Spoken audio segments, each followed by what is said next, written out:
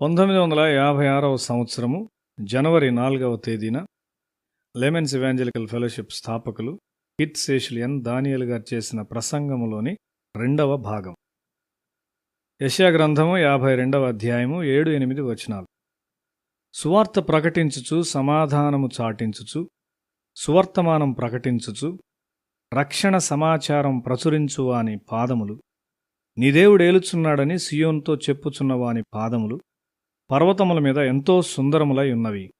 ఆలకించుము, నీ కావలివారు పలుకుచున్నారు, కూడుకొని బిగ్గరగా పాడుచున్నారు.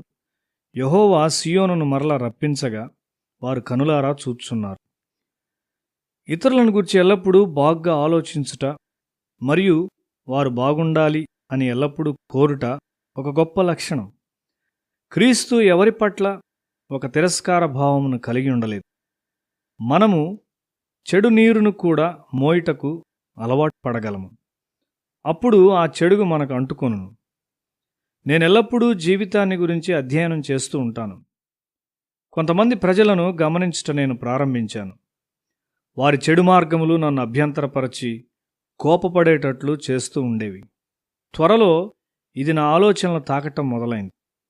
వారి పట్ల ఒక అయిష్టతను నేను పెంపొందించుకొనుట నేను గ్రహించలేదు. వారు స్వస్థత కొరకు నా ఎద్దుకు వచ్చినప్పుడు వారి కొరకు నా హృదయం నుండి ప్రేమను ప్రయోగించలేకపోయాను. ఇది ఏంటి అని నేను ఆశ్చర్యపడ్డాను. దేవుని ప్రేమ దాని ప్రవాహంలో ఎందుకు నిలిపివేయబడింది? నేను నా హృదయాన్ని పరిశోధించాను. ఇతరుల పట్ల వ్యతిరేకతకు కారణం కనుగొన్నాను. అప్పుడు నేను పశ్చాత్తాపడ్డాను. పరిచర్యలో దేవుని ప్రేమ మరలా స్వేచ్ఛగా ప్రవహించినంతగా నా పాపాన్ని ఒప్పుకొన్నాను. షేక్స్పియర్ రాసిన ఒథెల్లో అనే పుస్తకంలో లగో జీవితమును నీవు చదివినట్లయితే అతడు ఎల్లప్పుడూ చెడు ఆలోచించుట కోరువానిగా నీవు చూస్తావు. అతడెంతో కీడు చేశాడు. దాని ఫలితంగా దుష్టునిగా తయారయ్యాడు. నా కళాశాల దినాల్లో ఇతరుల నుండి చెడును తీసుకుని ఒకరి నుండి మరి ఒకరికి మోయువాని నేను ఎరుగుదును. చివరికి అతడు తానే దుష్టుడిగా మారిపోయాడు. ఇతరులోని చెడును చూచి దాని గురించి మాట్లాడవద్దు.